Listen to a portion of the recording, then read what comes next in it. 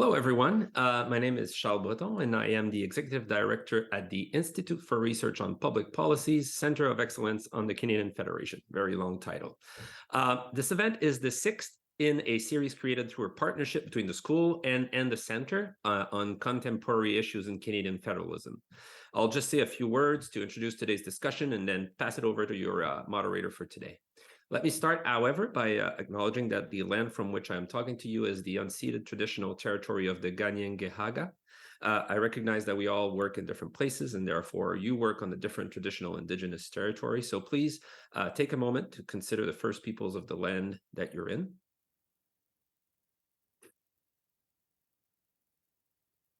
I'm pleased to introduce today's event, Healthcare and Federalism, a hot button issue if there was ever one in this series. So over the course of the series, we've covered several issues in federalism, and a couple of themes have emerged. So a core dynamic within Canadian federalism, and we talked about it during the event on fiscal federalism a bit more, is that provincial and territorial governments may be better placed to understand the specific needs and conditions of their locale, but they're more limited or face more constraints in their ability to generate own source revenue compared to the federal government. And while provinces know their context better, the federal government also wants to make sure that Canadians can enjoy similar quality of services across the country. So today we talk about an area that zeroes in on this tension, healthcare. So healthcare is perhaps one of the most complex and important areas under the purview of governments. It's an important expenditure for the federal government through transfers, especially, and the largest expenditure for provincial and territorial governments. So with the country facing an aging population, labor shortages, and other pressures, there's a necessity to improve the current system to one that is better equipped to endure through these challenges and potential future shocks. There are also historical structural issues that have persisted in the past but been aggravated by the COVID-19 pandemic. We'll explore some of those today. And so to understand how federalism influences the way we approach the healthcare system, we're going back to first principles in a way. So what makes an effective healthcare system, and how does federalism complicate or help that dynamic? What are the different roles of each level of government and the stakeholders they interact with, and how do they work or don't? So we'll investigate these questions in today's talk. So we have a great discussion planned for you today and want you to have the best possible experience. So I have just a few housekeeping items to go over. So today's event will be in English. Simultaneous interpretation as well as the service of CART. Real-time captioning is available should you need it and want to follow in the language of your choice. To access these features, please click on their respective icons directly from the webcast interface, or you can refer to the reminder email that was sent by the school. To optimize your viewing experience, we recommend that you disconnect from your VPN or use a personal device to watch the session when possible. If you're experiencing technical issues, it is recommended to just relaunch the webcast link provided to you. So during the event, you may submit your questions at any time by pressing the text bubble icon located in the top right-hand corner of your screen. We've planned some time for a question and answer period at the end of the session. And so finally, also, we've turned all of the past events in this series in shorter podcasts. So for those interested, you can find it on our website at irpp.org or on the CSPS event page. So I encourage you to go back and listen if you haven't. So now, without further ado, we will start today's event with our moderator, Joe Voisin. Joe, over to you. Hi, thanks, Charles, and hello, good afternoon, everyone. My name is Joe, or Justine Voisin, and I'm the Assistant Deputy Minister of Strategic Policy Branch at Health Canada. Pleased to be the moderator for today's event, and I'm joining you today from the traditional land of the Algonquin Anishinaabe, a land I enjoy very much in cycling and skiing outside, and I hope people enjoy the land on which they live and work as well. So today's event is timely. I think as Charles kind of set up for us, healthcare and federalism is playing out and getting a lot of attention these days in the press. And I actually am the ADM responsible for healthcare in the federal government. And so, the recent announcement the federal government made for $198.6 billion over 10 years to provinces and territories to improve the healthcare system. So large part of the policy work that we do here in my branch and that I lead on, as well as all sorts of related health system files. So we know that that federalism can create a tension between the federal and provincial and territorial governments. We've also seen throughout the pandemic that it's supported great collaboration. So I'm really looking forward to hearing from two fantastic speakers today who are going to talk to us about these issues. So first we have Catherine Frolbeck, who is a McCulloch Research professor and chair of the Department of Political Science at Dalhousie University. And we also have Dr. Chaim Bell, who's physician-in-chief at Sinai Health and professor of medicine and health policy management and evaluation at the University of Toronto. So welcome to both of you. And I'm going to start by turning it over to Catherine, who will be starting us off with a presentation on the structural issues federalism presents for healthcare, before we turn it over to both of us for to Chaim for a brief summary of his experiences with the federal system. And we'll have, as we noted, questions and answers to follow. So turning it over to you, Catherine. Thanks, Joe. I thank you for your invitation, and I'm quite delighted to be able to chat with you today. And I'm also looking forward to your comments and observations, especially those of you within the healthcare portfolio.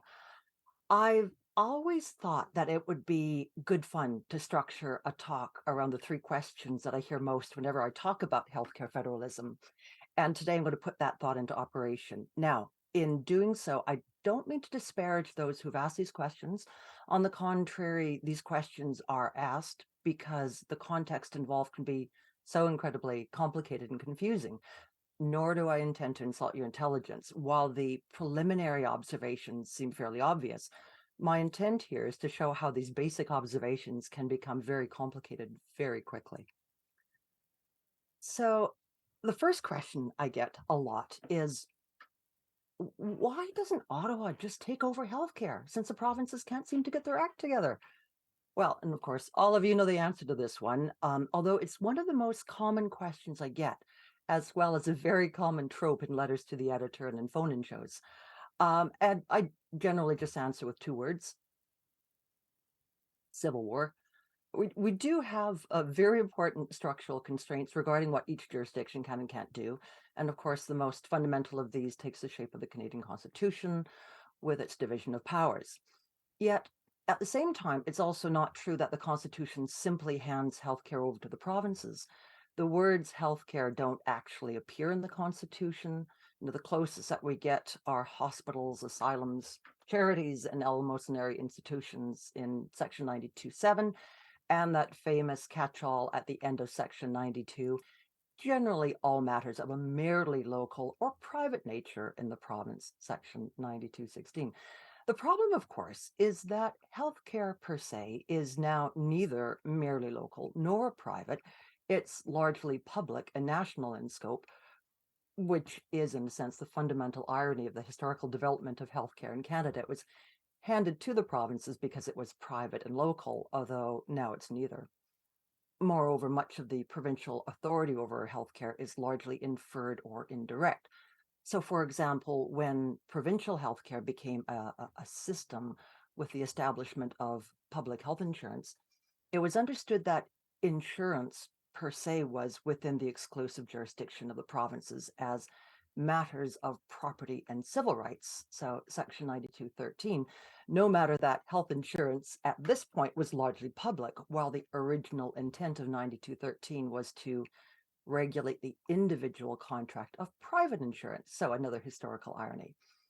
And we all know that Ottawa has its own jurisdictional competencies in health-related areas. COVID made us very aware, for example, that some of these potential powers, including 91.11, gives Ottawa clear constitutional authority over quarantines. The pandemic also raised the possibility of declaring a national lockdown using the Emergencies Act, which is more or less authorized by the Peace, Order, and Good Government Clause of Section 91, although exactly how far Ottawa could take this and for what reasons is perpetually under dispute. Then, of course, there is the practical side of how and when these powers could be deployed.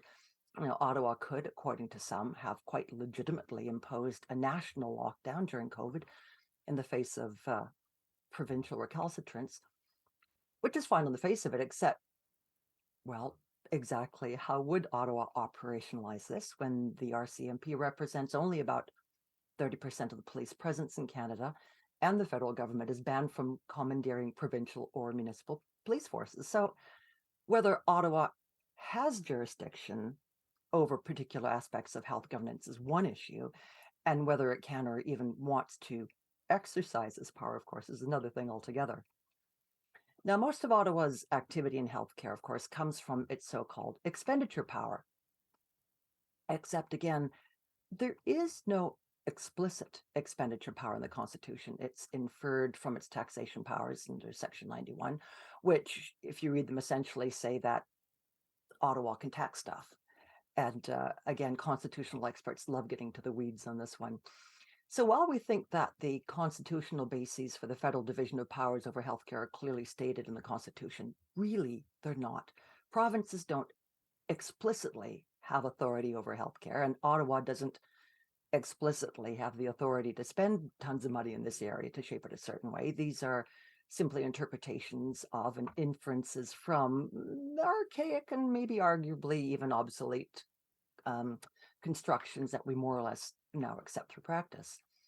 Ottawa also has jurisdiction over pharmaceutical regulation, importantly, by virtue of its authority over patents in 9123, where we saw a very recent dust-up at the PMPRB, where the debate over constitutional authority played a role. And of course, Ottawa has authority over healthcare provided to the military under Section 91.7, where there was a spat a few years ago now, where Ottawa accused the provinces of price gouging on the health services for military personnel that it had contracted out to the provinces. Now, things get even more complicated when modern healthcare takes the form of some mixture of two clear authorities in each jurisdiction. British Columbia's Insight case is one example where the putative authority over healthcare on the part of the provinces came head-to-head with Ottawa's power over criminal laws in 9127, I think. Another example is the establishment of psychiatric hospitals and penitentiaries. There's a long and very interesting history of provincial and federal governments tossing psychiatric prisoners from federal to provincial institutions and vice versa. Hospitals are clearly provincial, while penitentiaries are clearly federal. So what does one do? And the second question I get a lot is, if the Canada Health Act has such a chokehold over healthcare reform, why don't we just change the Canada Health Act? Well, again, we have a few fairly straightforward observations that disintegrate into complexity, I think, within seconds here. The Canada Health Act is, of course, a federal statute that has absolutely no binding authority over provinces, yet it is nonetheless the glue that binds all the provinces together in some semblance of an identifiable national system of healthcare. And as it has no authority over the provinces, the only way that Ottawa can coax provinces to move one way rather than another is through its federal cash transfers. Now, I know that a lot of you had an excellent presentation on fiscal federalism, so I won't have to go into much depth on this side of things, thankfully. So let's focus on what the Canada Health Act does or does not say regarding the provision of healthcare, which is somewhat topical right now. So prior to the various pieces of provincial and federal legislation governing public health insurance that emerged from about 1947 in the province of Saskatchewan up to about 1972 in Newfoundland, prior to this, there was no healthcare system to speak of, any more than we can really talk about having a system of hairdressing or a system of commercial baking, both of which are private endeavors loosely regulated by the provinces, much as healthcare was in the first half of the 20th century. And only when provinces began to have some real skin in the game by virtue of having to pay for services did they really begin putting their heads to thinking about how to properly organize these services. Now, the debate is the extent to which the Canada Health Act in practice determines what the healthcare systems of each province actually look like. So the 5 famous conditions of the Canada Health Act are actually fairly broad, nor do they preclude private healthcare per se. Yes, they must have a public insurance system in order to receive federal funding, but this doesn't necessarily rule out some form of private insurance or direct private delivery. People under the Canada Health Act must have access to all medically necessary services insured by the province on uniform terms and conditions. So you can't offer these services to women but not men, or to tall people but not short people. But once you insure this, the question at issue is whether the provinces can offer these, or whether the provinces can allow these services to be offered privately as well. Now, of course, many provinces do.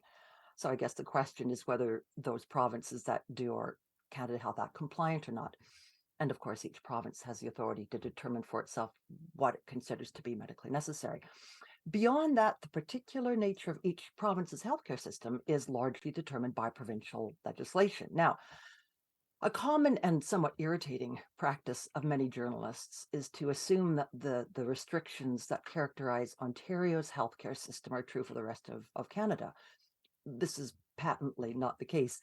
Ontario, for various reasons, has the most restrictive healthcare system when it comes to access to private services, which is set out in the Commitment to the Future of Medicare Act of 2004, which essentially bans any physician from opting out of the public system except for those who are grandfathered, which is something that most, if not all, provinces actually do allow.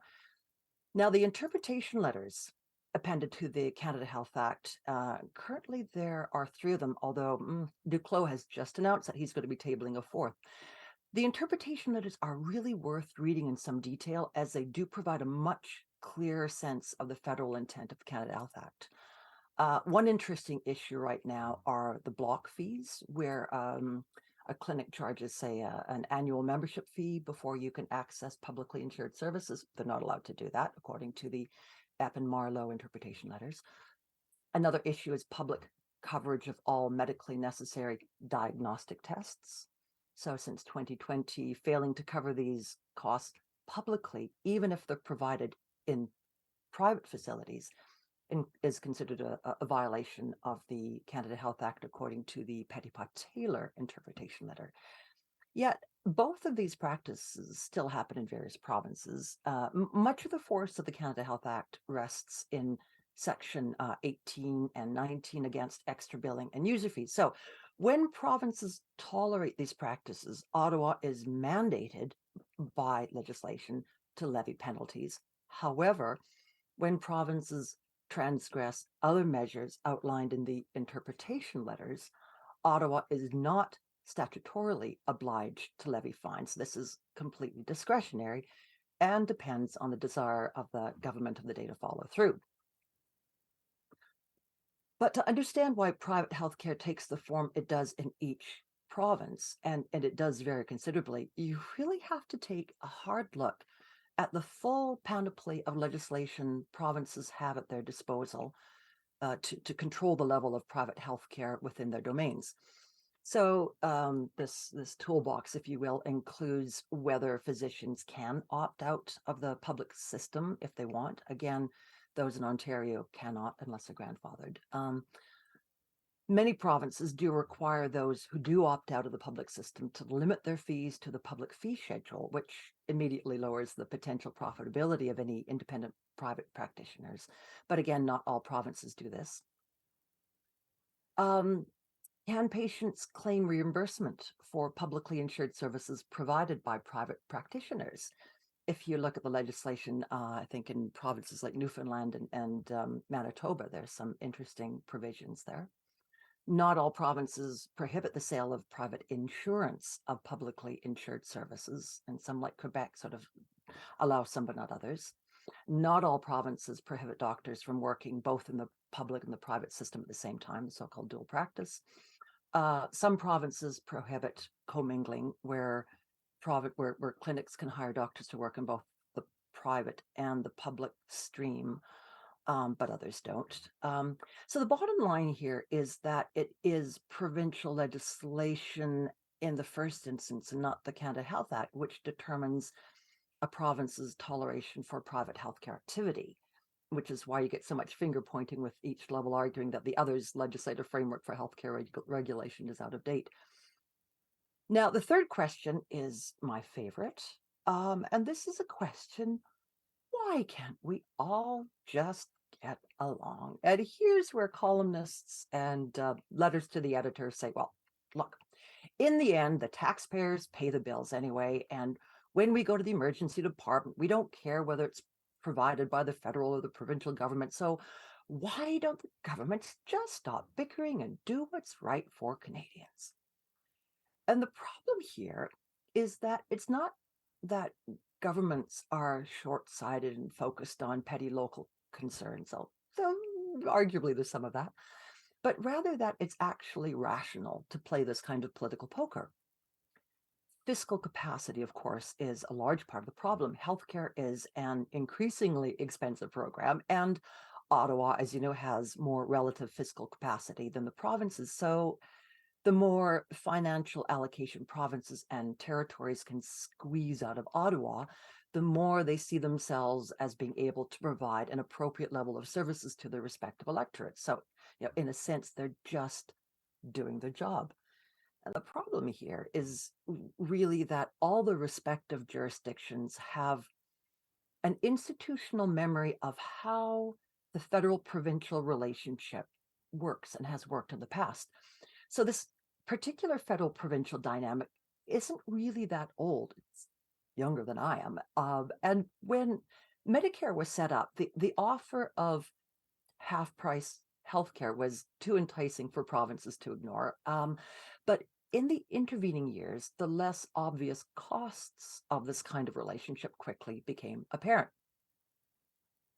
So for the provinces, the lesson to a large extent was what's easily given is easily taken away. From established programs financing in the late 70s to the belt tightening of the 1990s under Martin to the reduced escalator imposed under Harper, provinces have learned that they have to be careful what they agree to in the first instance, because if they enter into a cost-shared program, Ottawa could well walk away at any moment, leaving them holding the bag.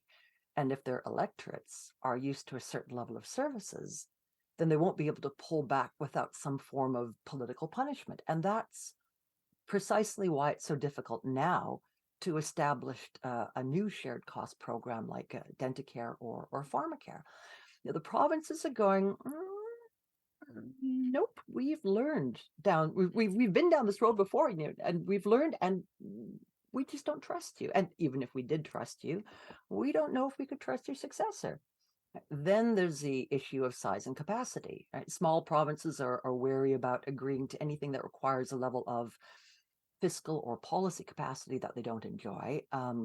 Mandated long-term care standards might be one example, right? How is it possible to agree to a certain level of standards that a province isn't sure it can afford? And larger provinces often have the opposite concern, that they actually do have the capacity to do things well. So why would they want to be part of a pan-Canadian process that hobbles their ability to do their own thing in a way that they find both appropriate and effective? Now, at the same time, the frustrations of Ottawa are equally apparent, as health transfers simply go into general operating revenues. Increased federal transfers mean more capacity to do all sorts of things, including giving up tax breaks, which then actually limit the ability of a province to raise funds for the same healthcare it says that it has trouble funding.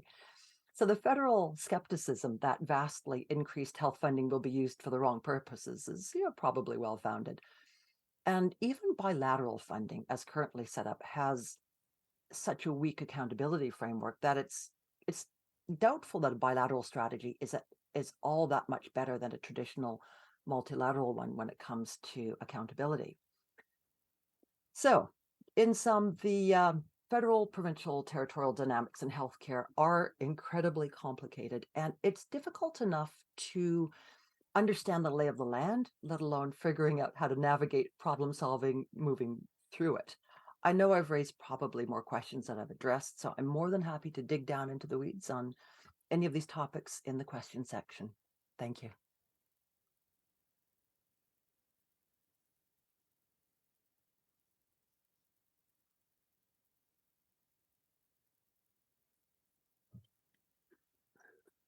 Sorry.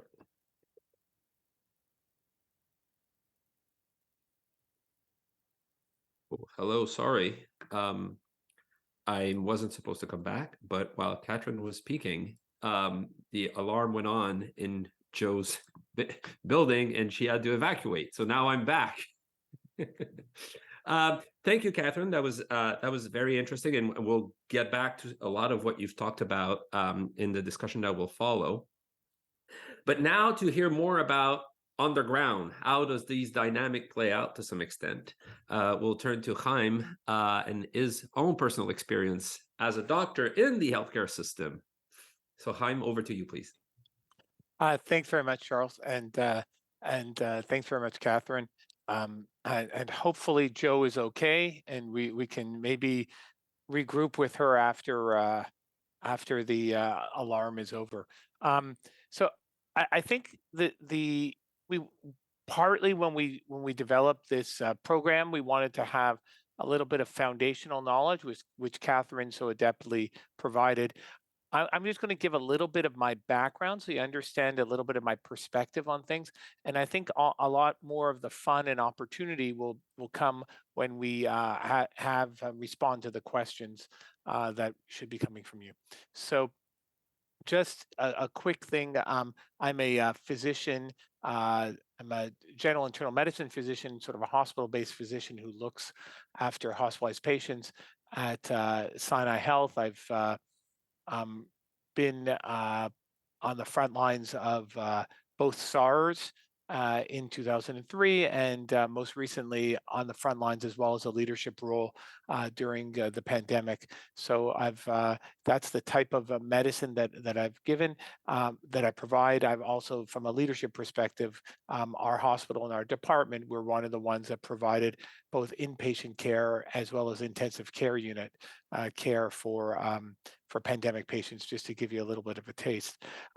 From my perspective on things, I have a bit of a lens and experience with the healthcare system, both from an international perspective, more in an academic realm, through the VA in the United States, of Veterans Affairs, which is really quite a large, almost universal healthcare system in the United States, arguably the largest, depending on how you categorize certain things, and with fellowship training programs. As well, I've been involved with training programs in other countries, including in Israel. At the federal level, I'm the chair of the Council for Canadian Academies. We have a health data. It's a report that we're bringing forward on health data sharing, an expert panel to try and improve that within Canada, and that's supposed to move forward through a policy response. I was also one of the first members of the Pan-Canadian Oncology Drug Review, which was devised to try and standardize and apply a Pan-Canadian approach to oncology drug funding approvals across the country. I've been on many panels and committees associated with the Canadian Institutes of Health Research from the CIHR. And I've also been involved with FNIB consultations, looking at health data from a federal perspective. From a provincial perspective, my focus has really been in Ontario, but also in some other provinces, including Alberta and British Columbia, looking at drug funding and grant panels. In Ontario, I've looked at panels associated with drug funding on a provincial basis, as well as health technology funding on that provincial basis. As well, I was involved in the Ontario government as a consultant to the health quality branch, and as well with negotiations with the Ontario Medical Association and coverage of rare drugs. finally, at the local level, I've spoken a bit about my clinical responsibilities, but I'm also the chief of medicine at Sinai Health, and we have a lot of interaction with the University of Toronto. So it's a long and short of way of saying that what I bring to the table here and what we're trying to apply is, as Catherine said, it's a morass of overlapping frameworks and overlapping legal applications on how we're delivering healthcare. And we can reflect on a whole host of them on how it works in the regular world, how it's worked during a pandemic perspective, and how we think it might work in the future. And then talk about some of the challenges, which, as Charles pointed out, I think has really been laid bare during the pandemic, but it's in a sense, it's nothing that we hadn't identified or anticipated. It just accelerated and catalyzed a lot of what we were about to see. So anyway, it's just a way of bringing that forward, and I look forward to trying to respond to many of your questions, and hopefully Catherine can do a better job than me at that.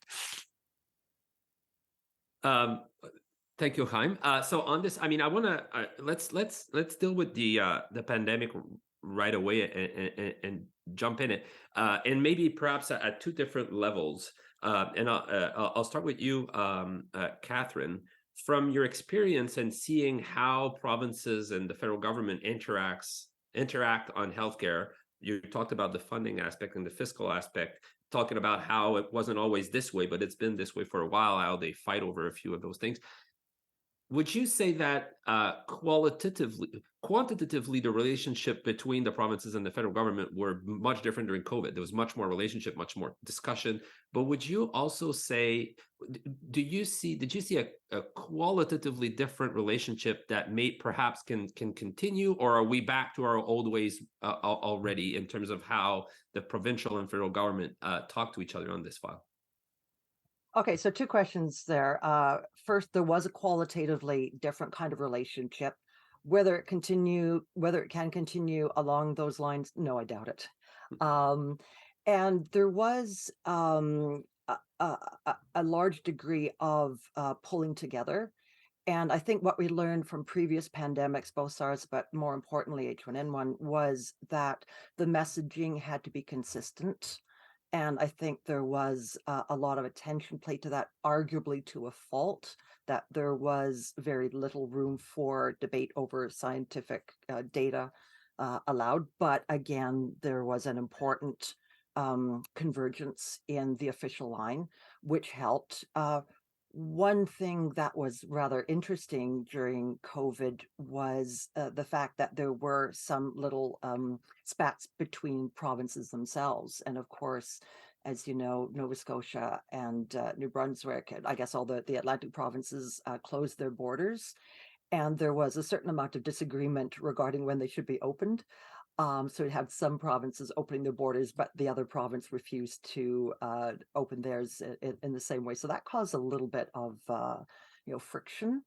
It is, I think that having a federal system was in a way helpful during COVID, insofar as the COVID response could be more cleanly tailored to a certain geographic area. And again, as a inhabitant of Nova Scotia, I was quite aware that we enjoyed a lot of normal activity where Quebec and Ontario were locked down for much longer periods. Had there been a national response, I think we would have suffered needlessly because of that. So I think being able to tailor COVID responses to geographical areas was quite helpful.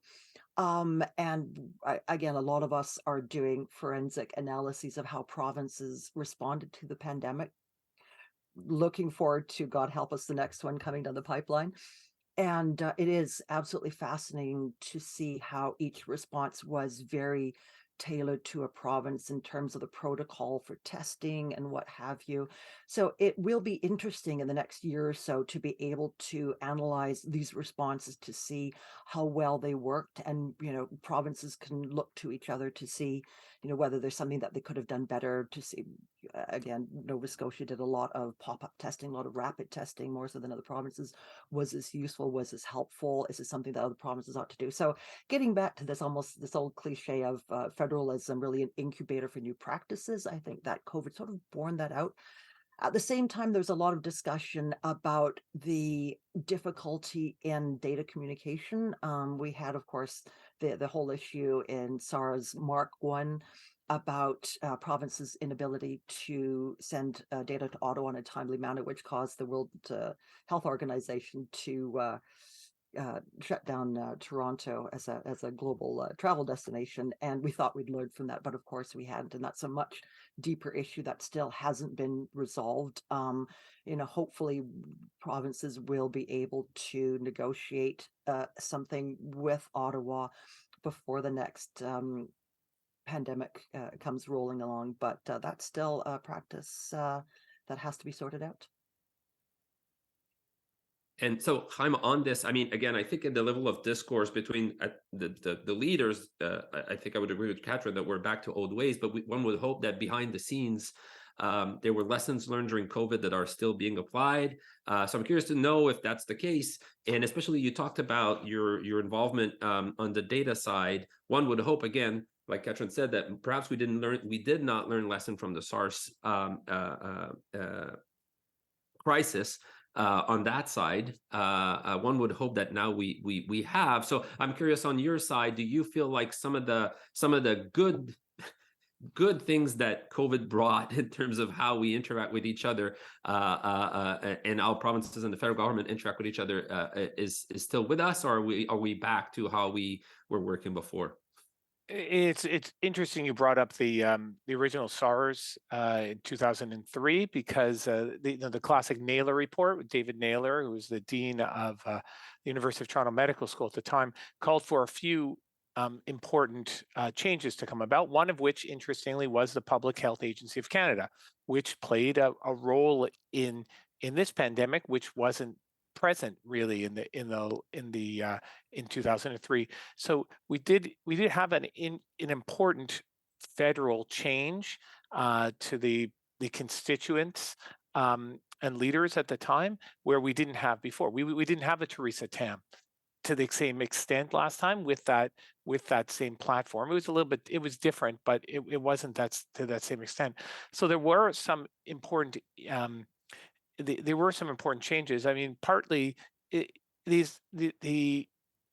only as good as the personal relationships between the people, right? And some of it had to do with, if you looked at many of the leaders in the provinces or the chief medical officers of health, there was a lot of change that happened even during the 3 years that was ongoing.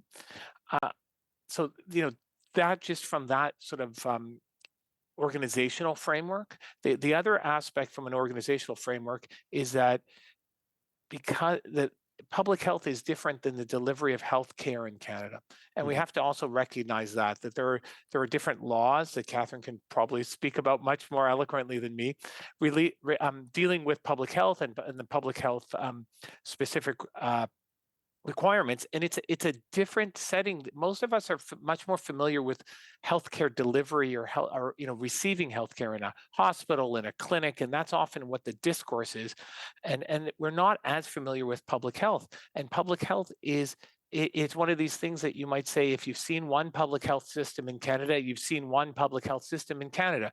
They're different depending on the provinces. And I think here we can pretty reliably say that form follows function, so that what we saw in Quebec with the way they organize healthcare and public health is far different than the way we would see it in Canada, in Ontario, but mostly the rest of Canada as well. So Quebec has, in my opinion, much more of a progressive approach to it, using regional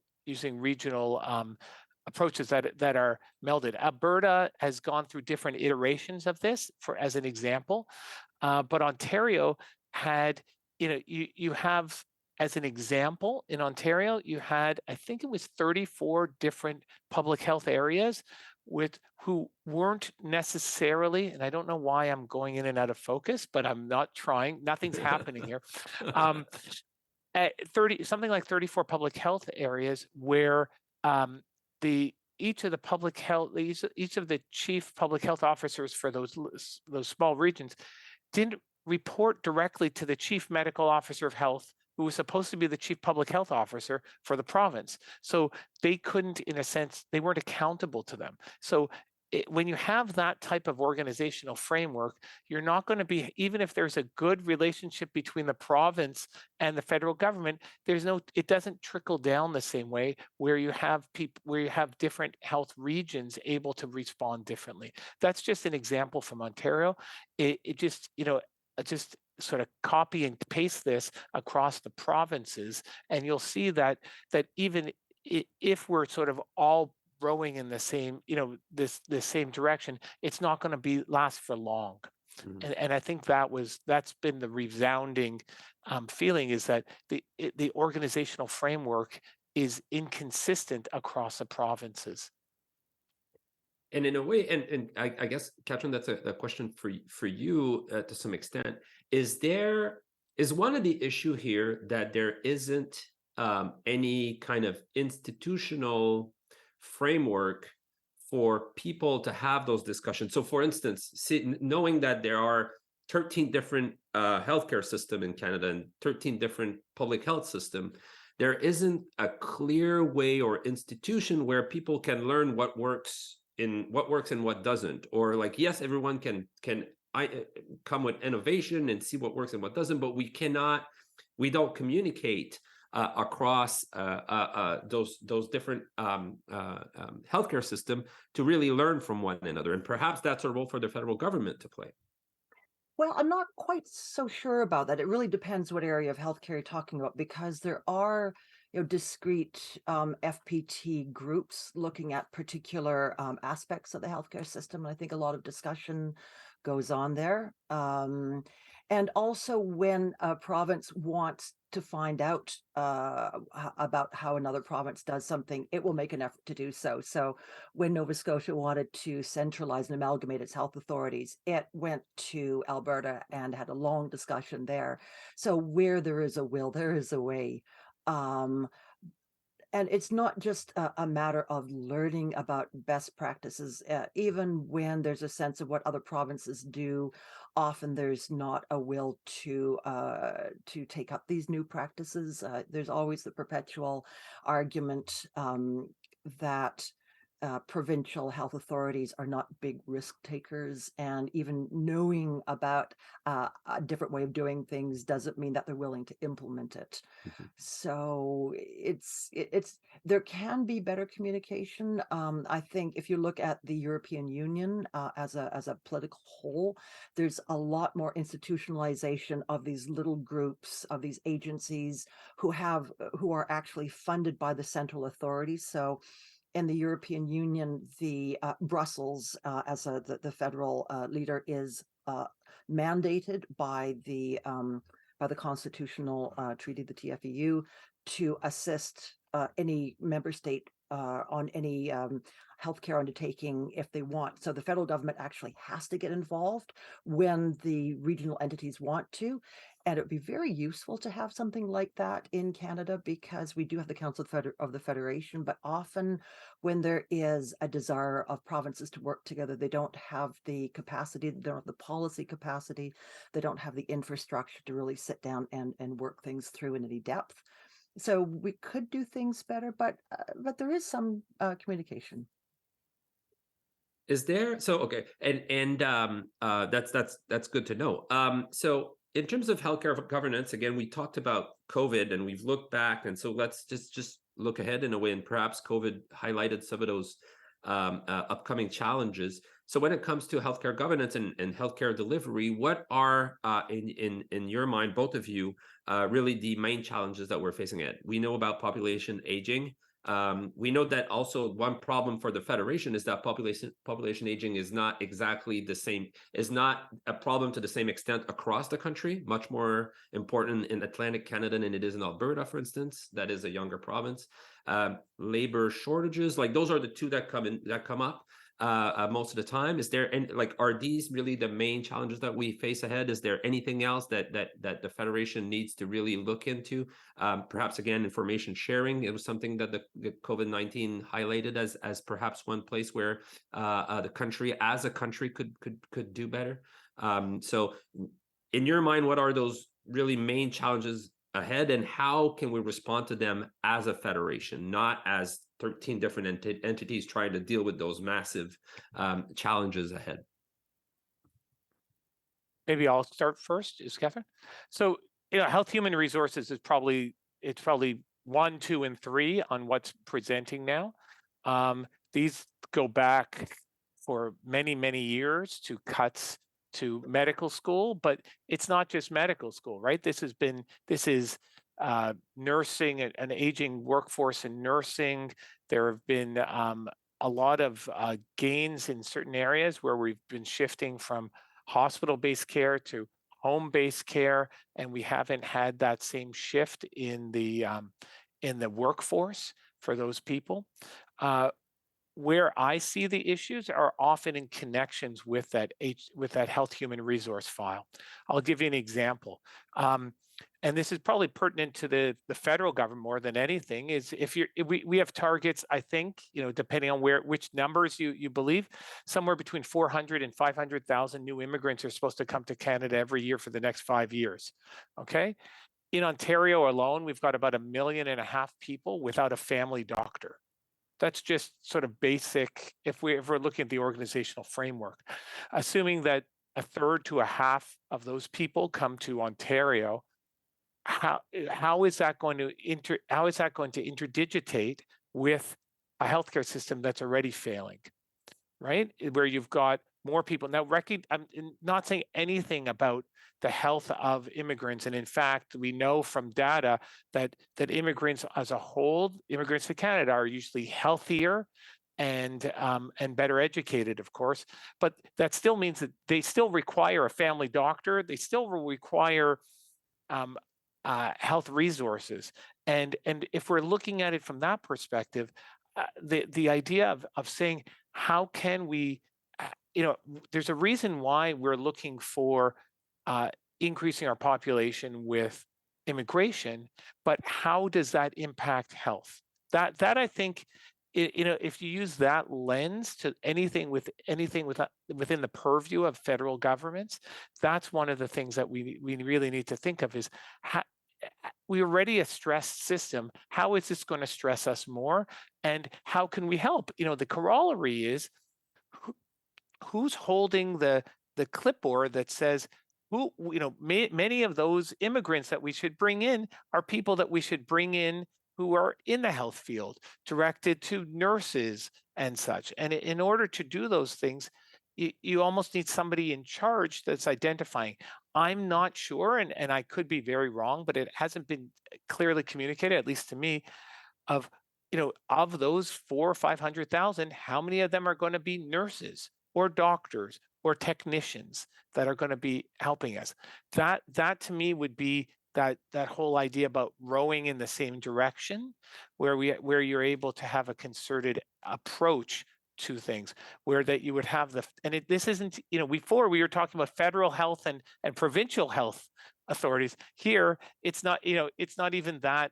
They're different entities and different disciplines, but really they're really interrelated. And I think if we get it right, wow, that would be amazing. But when we don't get it right, that just adds to our problems.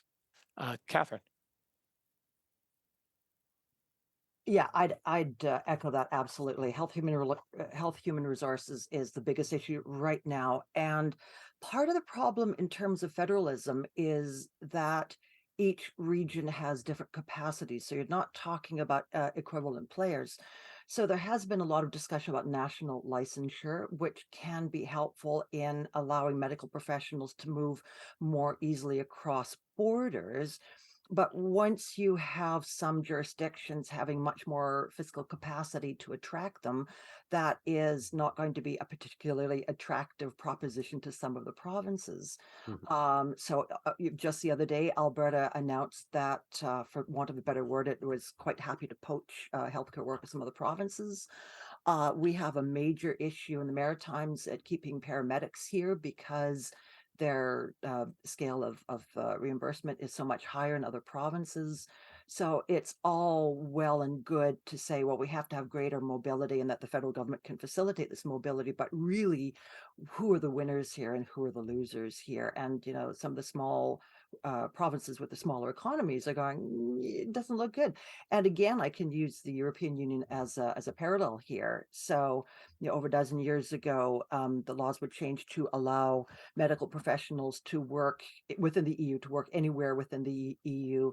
And I remember being in Brussels and talking to a Romanian healthcare official, and I asked her what effect that had on her. And she just shook her head and said, well, we lost 1/3 of our healthcare workers because we just can't afford to pay them. I thought, that could be Nova Scotia. So, you know, what is a solution to one jurisdiction is a major problem for another jurisdiction. And another issue, of course, is not just licensure, but you have to understand that is for a lot of professions such as pharmacists and nurse practitioners who are playing a much greater role now. If you look at their scopes of practice, they vary tremendously across all provinces, right? So there's not a good sense of what a nurse practitioner should be allowed to do across the country. It's very specific to a particular province. And as part of the health human resources, I'd say, you know, one thing that we should have a national discussion about, not in terms of imposing solutions, but in terms of discussing best practices and models, is primary healthcare provision. You know, how do we set up primary healthcare homes? How do we reimburse them? Of course, you know, some provinces rely more on fee for service, and then we have alternative payment plans. We have a move toward primary care networks or collaborative care clinics in all provinces in different ways. But again, the kind of what we mean by collaborative care clinics varies tremendously. It can be, you know, the government giving resources to physicians, GPs to hire cognate healthcare professionals. You can have co-leadership models where you have other healthcare professionals working alongside of GPs in a clinic, or you can have a turnkey model in which the province hires on a salary basis both physicians and other healthcare professionals. And it's very harem-scarum now. There's not, I mean, every province is experimenting with this, and there's not a good sense of what works and what doesn't. And I think it would be very useful to have Ottawa facilitate a national conversation in what works and what doesn't in terms of primary healthcare design. That's very interesting. And Catherine, I think that the point that you made about how a solution that might be appealing to Alberta or Ontario might not appeal to Nova Scotia or PEI, for instance, and that's something that's important to keep in mind here. And again, maybe that's somewhere where federalism in a way complicates things. So I get two more questions, and then we'll turn to questions from the other people that are with us. There are a lot of those questions coming in. So again, this might highlight again where a place where federalism is more a hindrance than anything. But I'd like to, maybe we can try to talk about federalism in a positive way and see why, like in your view, in terms of whether it's governance or delivery, places or role that in a way that where federalism actually is something that's useful, that's helpful. We've talked about policy learning, so maybe that's one. Are there any other aspects of, again, the governance of healthcare or the delivery of healthcare where we can see where federalism actually acts as an enabler, as something that makes things maybe more efficient or easier, or maybe there isn't, but I put the question to you. I don't know who wants to take on that first. Maybe it's a difficult question. Catherine, do you want to start? Sure. Okay, so policy learning is a major aspect of, at least in the theory of what works. And it's not just learning what works well, but what to avoid as well. I think we have to keep in mind. But another aspect of federalism is, again, both theoretically and I think in practice, is that it is more responsive to the particular values of a particular population. Do we want more private healthcare? Do we want to make sure that we don't have a certain level of private healthcare? In COVID, we saw this, I think, quite substantially in that certain provinces were very intolerant of too much, lockdown, too many lockdown measures, and in other provinces, the sensibility of the population was that provinces were lifting restrictions too quickly. So just in terms of ease of governance, it's healthcare governance is never an easy file, but the more defined a population you have, I think the easier it is for a government to respond to the particular needs, but also the sensibilities of a population, which, as you know, in Canada are very, very different. Hyman, anything to add on this point? You're saying what works with the federalism? Some of the things I think work. There you could debate how well they work, but within it, drug and health technology or device assessment is done at a federal level in the healthcare sphere. That's one of the big issues, and you wouldn't want those approvals to be done on the provincial basis. It's not it's hard enough in a small country like Canada to have the expertise for that. That would be something I would say in healthcare that that would be something important.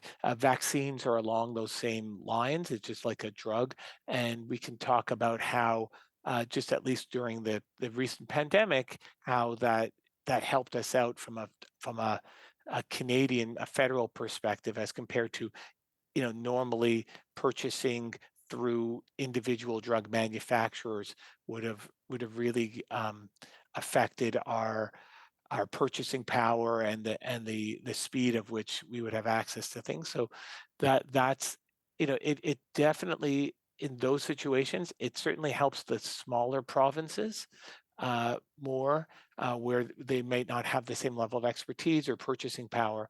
And there have been some very good recent efforts, particularly in the drug sphere, where there's a concerted effort to try and purchase prescription medications from a federal perspective. They've looked at it. They've had a few test cases that have gone quite well. So the CDAC file and CADIF, those are the two. CADIF is within. CDAC is within CADIF. That's they've taken on a larger role in this sphere. Health Canada, of course, from the licensing aspect, I think, and that was certainly brought to the forefront during the pandemic more than we had. No one would know who.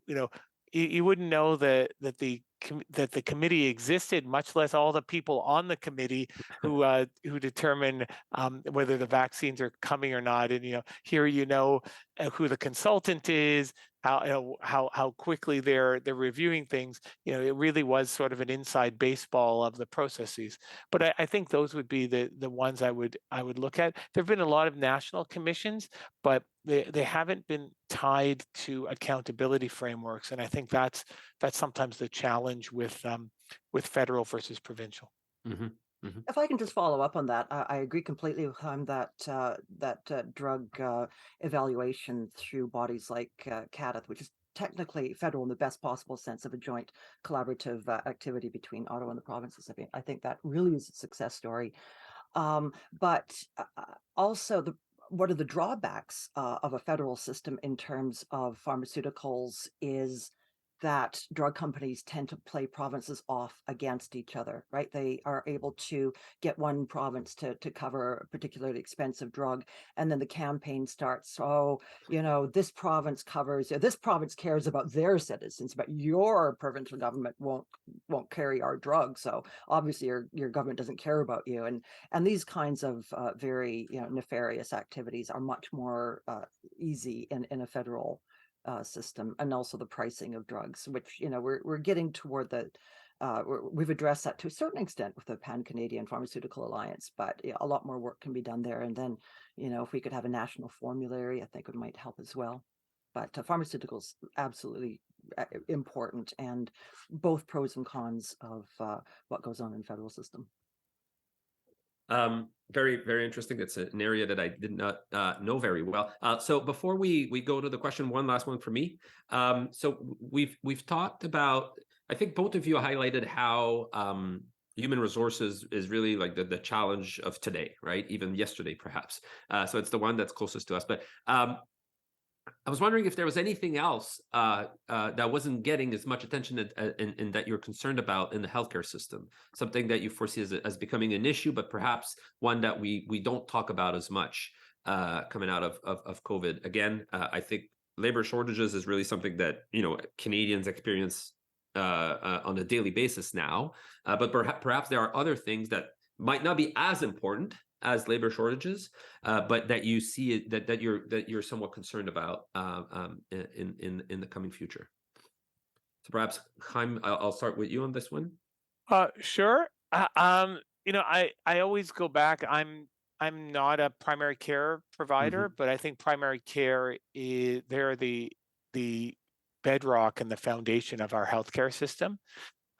And I think the investment in primary care and the connection with primary care is something that really hasn't been moved up on people's radar. I think that it's part and parcel of the health human resources. It definitely goes together. But I think the idea that primary care is organized in multiple different ways in province, between and within the same province, that's a challenge. So it's inconsistent. I think the fact that so many people don't really have good access to primary care will just compound any of the inequities we have. The people that tend not to have access to primary care are often the people who we know can have adverse outcomes or worse outcomes for a variety of other reasons, so that they might be vulnerable for other reasons as well. So I would emphasize that primary care aspect in addition to the health human resources, but I see them as sort of parts of the same manifestation. But I think we want to single out primary care for sure as something that if you don't have it, you're not going to perform as a healthcare system. Catherine? Yeah, you did mention data and the collection of data and the communication of data and the publication of data as being an issue, and that I would say it runs a close second. The state of national health data in Canada, I mean, CIHI is doing a wonderful job as it is, but the ability to access important data in real time is a national embarrassment. I mean, there's been this ongoing discussion internationally about excess deaths and the level of excess deaths across various countries and what causes it. And then you look to Canada and data stops like 6 months ago and you have no idea what's going on.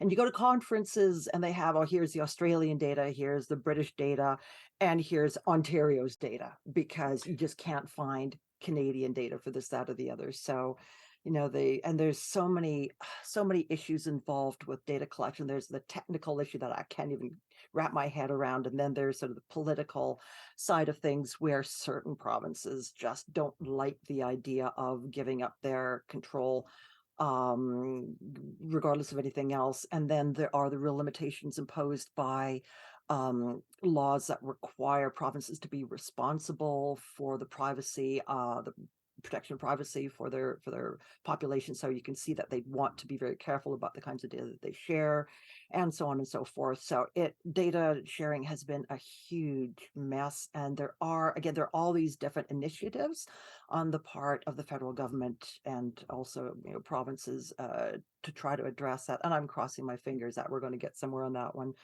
Another major issue, of course, is the upstream determinants of health. So I think to a large extent, and we pump so much money into public health, which is a great thing, but a lot of it has been focusing on disease surveillance and disease mitigation. And I'm worried in a way that less attention and maybe fewer resources are being put toward concerns of population health. So nutrition, obesity, smoking, alcoholism, opioid use, what have you. I mean, are we going to focus so much on the disease surveillance aspect of public health that we lose sight of these very important and actually these very expensive trends that, if left unaddressed, are just going to exacerbate the existing tensions that we have in our healthcare system. Of course, there's more. I mean, long-term care again is another one. If you look at countries that do long-term care right, I mean, they've made a sizable national investment. So the Netherlands, for example, I mean, people do pay a hefty amount out of their paychecks every month for their long-term care, and when they retire they expect to get damn good long-term care. So they don't, and of course, because long-term care is so sustainable, they don't have the same kinds of pressures with alternative level of care in their hospitals as we do. So getting long-term care right is another piece in the puzzle, but again, because it is so decentralized, where do you start? And I have to say thank you, Catherine, because I'm the chair of the looking at it for health data sharing, and you're the one who brought it up, so even better. But yeah, so I totally concur with that. And if you even if you look at it, how quickly we got data, it depended on the province. And when we did get data, we were able to overcome some of those challenges temporarily, of course, at least in Ontario and some of the other things where we looked at our Ontario Science Table. It was able to change the way that we changed, we looked at the data on how, how quickly or the length of time between vaccines. And we were also able to prioritize them to high needs areas, high needs neighborhoods at the neighborhood level, with some of the quick data that was coming back. And normally, as Catherine said, you're a year and a half out before you've even analyzed the data. So we don't have the same dashboards that other people would have, and we're always comparing ourselves to the states. And I would say that that's the wrong comparison. And I think that if you take anything away from this, that's our natural person to compare, right? We're always looking over our shoulder and looking like, but that's the wrong thing. And that will only put us that will only make us lull us into complacency, because we might be better in some things than some people in the United States. But we if you look at Europe, if you look at something like Australia, with a similar type of, states, they use states, but the provincial federal divide, they're able to get that before us, and they're able to sort those things out that we haven't seemed to sort out yet. So I would encourage, if anybody in the public service is looking, don't, US might be a political comparator for the political parties, but if we want to get better, that's not the comparator that we want to use. So I was going to ask a question on data sharing before you both mentioned it, because it was a question from the audience. There's one part of that question that I think we can try answering, though I'm not sure we'll have a final answer on it. But part of that question that person was asking is, so it seems to be a big issue. It seems to have big implications for the quality of care and access to care.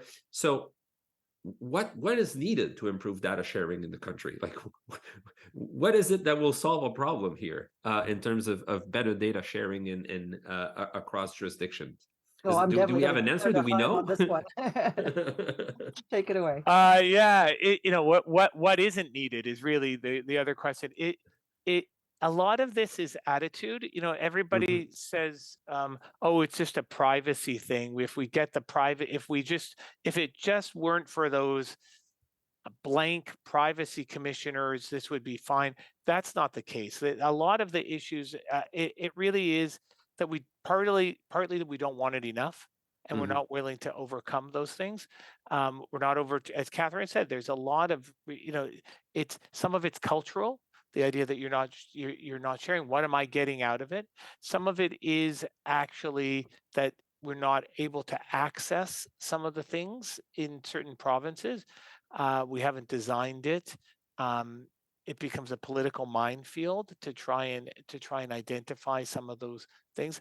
But I think it's got to take a multi-pronged approach, and it has to be done where people can see what the benefits are, right? This isn't an academic exercise and just saying, oh, won't we feel better when we go to the OECD? And then it's not just one province in comparison to all these countries, it's the whole country. That's not the idea. Is, I think, once people see how the data can inform and improve your care and help you make the right decisions, that's partly what we're trying to do with what we're putting forward with the Council of Canadian Academies, is to identify. They recently came up with a report on the costs of misinformation, right? What is all the conspiracy theories and such? What did that cost people, and what did that cost us just in health? And that's part of what we're looking at. It's not just, wouldn't it be good to have this? It's, how does it cost us? How does this hamper us? How does this keep us back from improvement? And that's what we're, that is what we're hoping will be able to change the minds, rather than just sort of saying, we're a pursuit of data. Data is a good thing. More data, if some data is good, more data is better. It's how you would have been better off had you had this information to make this decision. Or if you had this decision, you wouldn't have made this incorrect decision. You look how much it costs you, either in time, money, all sorts of things. So I think underscoring the value of the data sharing, making it apparent that that everybody benefits from that sharing of data, from benchmarking, and that it doesn't look like a punitive thing. I think that's the other thing. People are often worried that if the data can only work against me, right? Why would I ever want to evaluate this government pilot program? Because if it's good, we'll get more money for it. If it didn't work, then it can only be, it can only work against me politically. And I think we need to get over that it's not a shame and blame idea, and that this is used for improvement and modifications, right? It doesn't mean it's an all or nothing. It can mean that we need to modify it and improve it, and still keep it.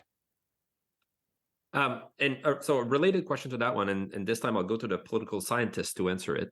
And a very current question that describes well the last few months. So a lot of the healthcare discussion is punting around the responsibility between different jurisdictions.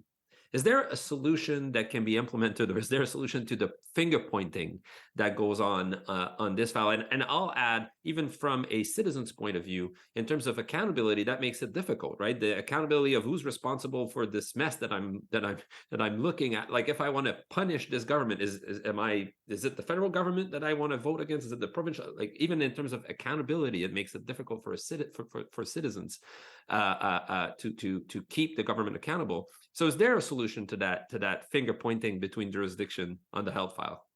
Okay, short answer, no. Longer answer, but when you talk about data sharing between whom? I mean, at one level, it is about the sharing of data between the provinces and the federal government, and also between the provinces.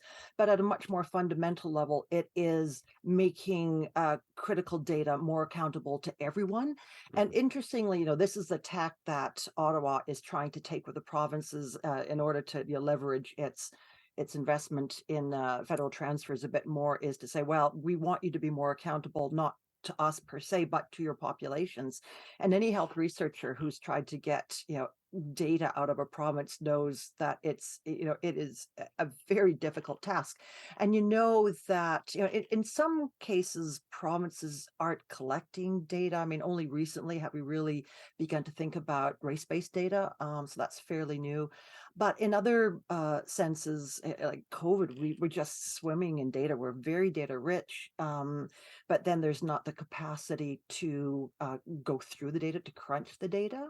So sort of the data is there in a raw form, but we just don't have the capacity to use it. And then, even if a government did have the ability to sit down with the data and go through it, to what extent would it be willing to share this information with its own population? And of course, provinces differ across the board on and how open they are.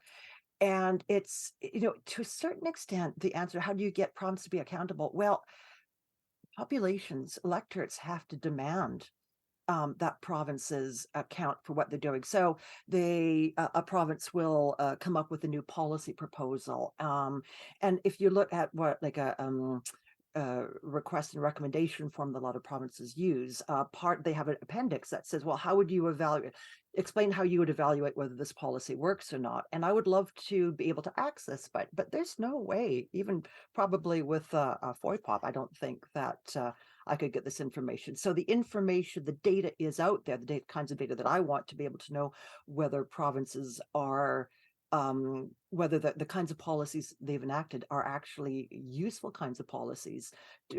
We don't know, because the provinces won't share this data with us. Like, I don't care if they share it with Ottawa. I want them to share it with me. And, getting that is really like pulling teeth. And of course, as a former premier said in a podcast, when it comes to election time,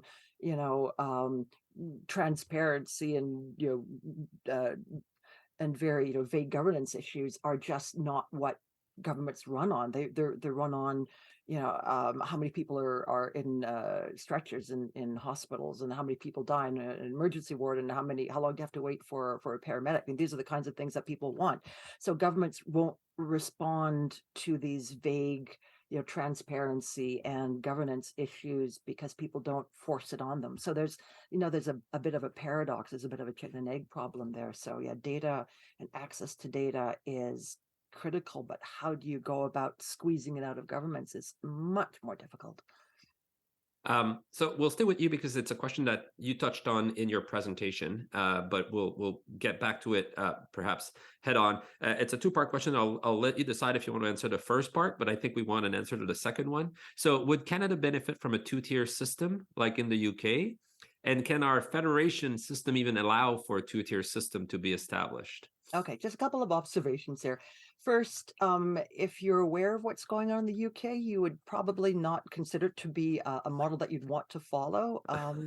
I recall hearing an emergency room doctor in the UK saying that a good shift is where nobody dies in your waiting room. So, you have to understand that the UK does have a private tier, and it has not been at all useful.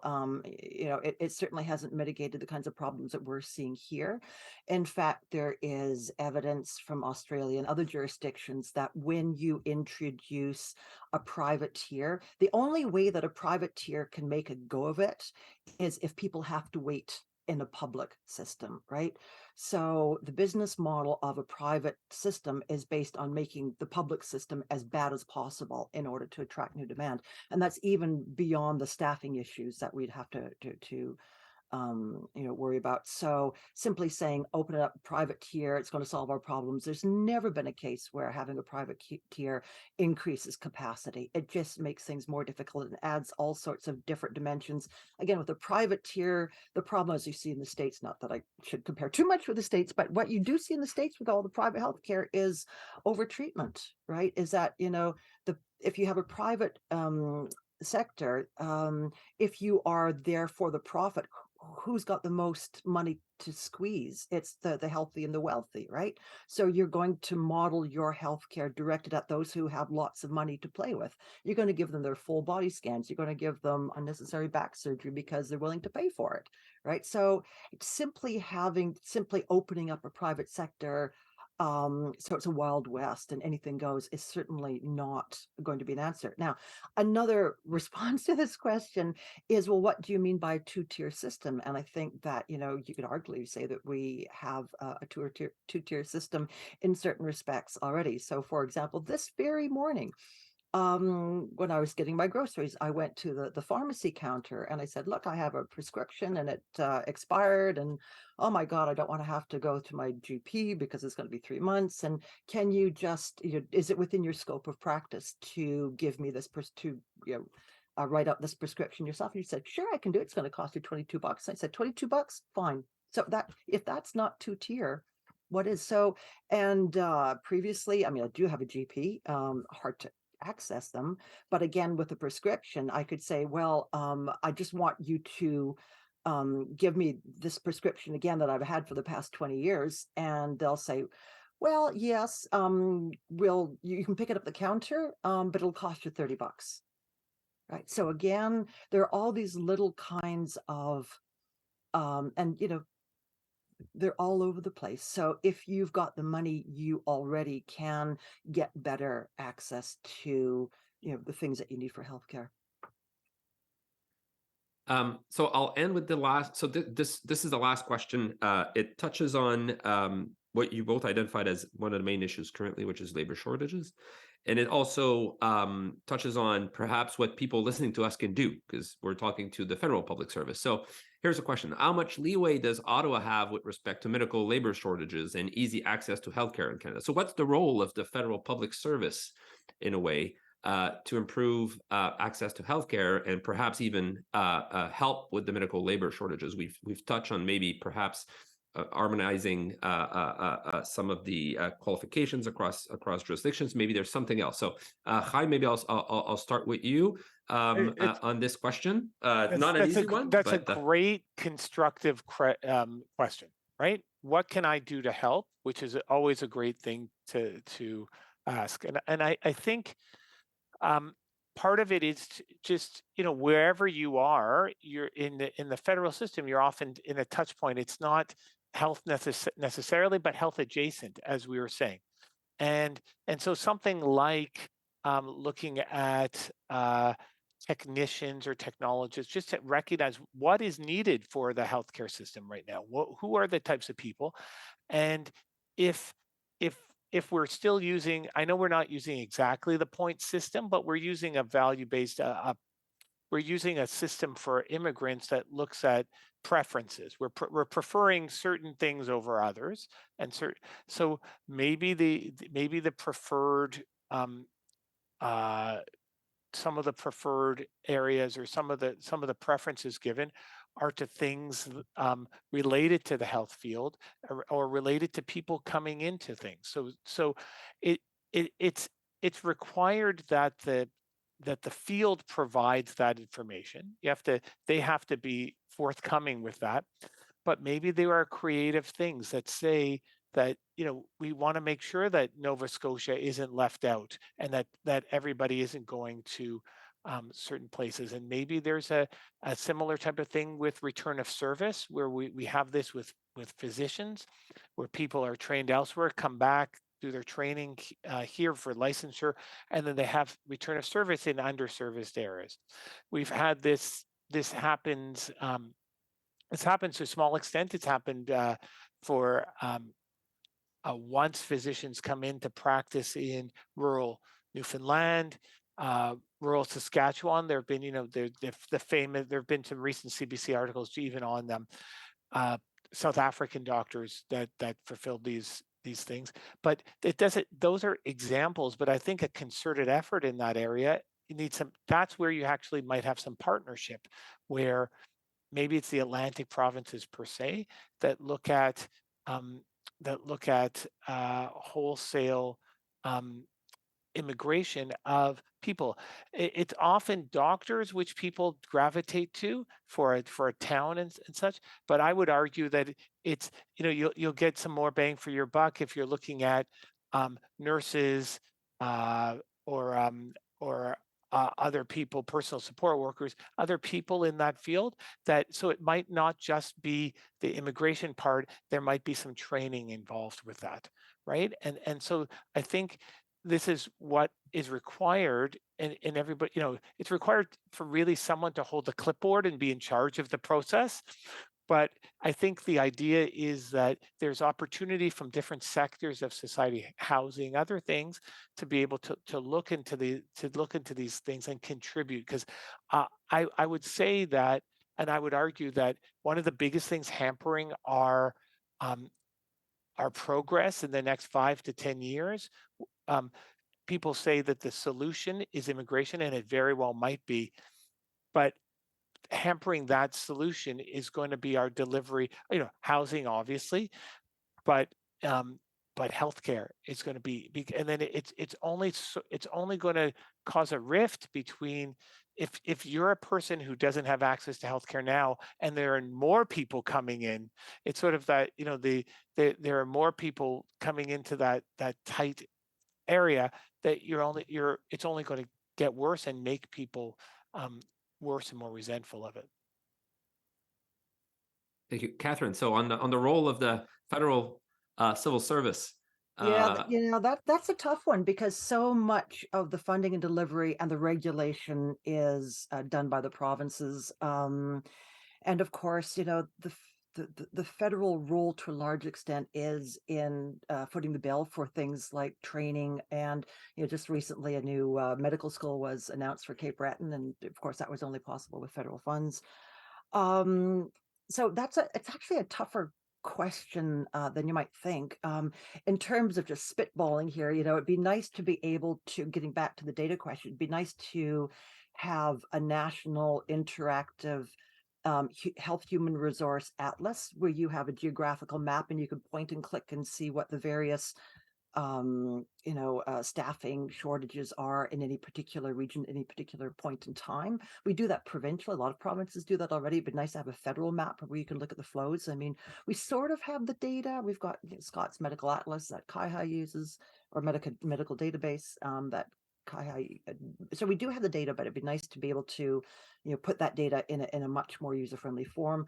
But the one area I think that we could look at is the federal role in integrating Indigenous health governance. There's a lot happening in terms of bringing on stream, Indigenous governance in healthcare, and it actually differs substantially from province to province. And I think because of the presence of the federal government, both in Indigenous services and its former role in Health Canada, it's probably uniquely placed to play a major role in coordinating the discussion of Indigenous healthcare governance across Canada, so that is not such a patchwork. That's a very interesting point. So I wanna end on this. I want to thank you both. I think this was really interesting, very useful, I hope, for people in the audience. I want to highlight to everyone who's here that there will be another event in this series on April 18th, which I guess will touch on some of what we touched here, because it will be on digital federalism and open government policies. So we touch a lot on data here. So maybe broader, in a broader spectrum of data. So again, thank you all, and I hope you have a good day. Thank you.